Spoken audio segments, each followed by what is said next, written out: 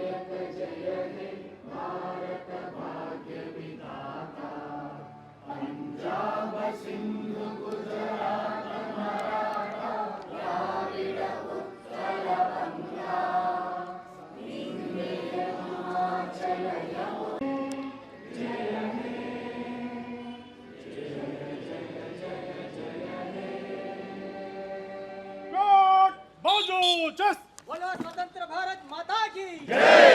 जय जवान जय किसान, जय जवान जय किसान। बोलो भारत माता की जय, बोलो भारत माता की जय।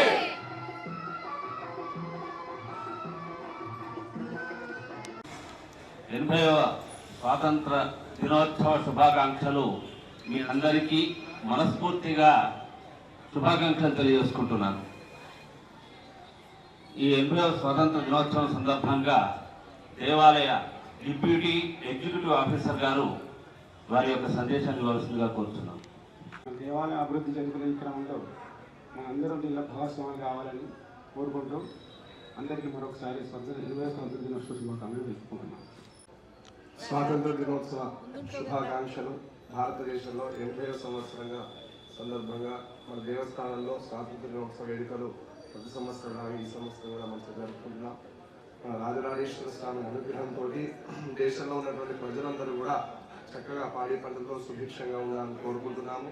అలాగే దేవాలయ అభివృద్ధి భాగంగా మనందరం కూడా చక్కగా అందరూ సహకరించుకొని చక్కగా స్వామి దేవాలయం మంచి అభివృద్ధి పథకంలో నడిపించుకొని ఇంకా విశేషంగా స్వామి యొక్క సేవలు చేసి అందరూ చక్కగా ఉండాలని చెప్పి కోరుకుంటున్నాం.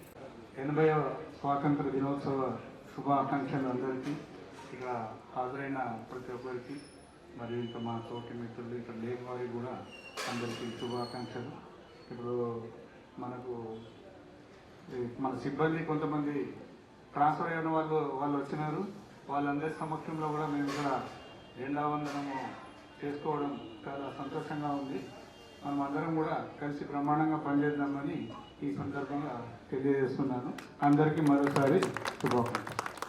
భారతదేశ 80వ స్వాతంత్ర దినోత్సవ శుభాకాంక్షలు అందరికీ తెలియజేస్తున్నాను. ఇటు దేవస్థానంలో మొట్టమొదటిసారిగా ఉద్యోగులమై మా 11 మందికి ఈ అవకాశాన్ని కల్పించినటువంటి ఒక మేనేజ్మెంట్ వారికి హృదయపూర్వకంగా ధన్యవాదాలు తెలియజేస్తున్నాం.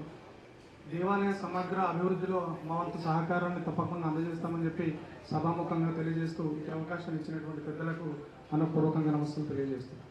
శుభాకాంక్షలు తెలుపుకుంటూ ఈ అవకాశం ఇచ్చిన ఈఓ గారికి అందరికీ నా యొక్క ధన్యవాదాలు. అందరికీ కూడా మనందరికీ తెలుసు, జాతీయ పండుగ దేశం మొత్తం కూడా గల్లీ గల్లీలో కూడా ప్రతి చోట జరుపుకునేటువంటి కులమతాలకు అతీతంగా జరుపుకునేటువంటి పండుగ ఇది. మనందరికీ ఎప్పుడు 15th ఆగస్ట్ వస్తుందా, ఎప్పుడు 26th జనవరి వస్తుందా అనేది మనం ఎదురు చూస్తూ ఉంటాము. మనందరికీ తెలుసు, దేశం కోసం ఎంతోమంది స్వాతంత్ర యోధులు ఈ శ్రమ వల్ల మనం ఈరోజు స్వాతంత్ర దినోత్సవాన్ని జరుపుకుంటున్నాము. ప్రత్యేకంగా మనం అంబేద్కర్ గారిని, గాంధీ గారిని, వారందరినీ కూడా ప్రత్యేకంగా తలుచుకుంటూ ఉన్నాము. అలాగే ప్రతి ఏటా జరుపుకోవే పండుగ ఎప్పుడు వస్తుందా అనే శుభ సందర్భంలో అందరూ కూడా చక్కగా చూస్తున్నారు. డ్రెస్ కోడ్లో కానీ చక్కగా ఈ పండుగని సెలబ్రేట్ చేసుకోవడం ఎంతో చక్కగా ఉంటుంది. మనం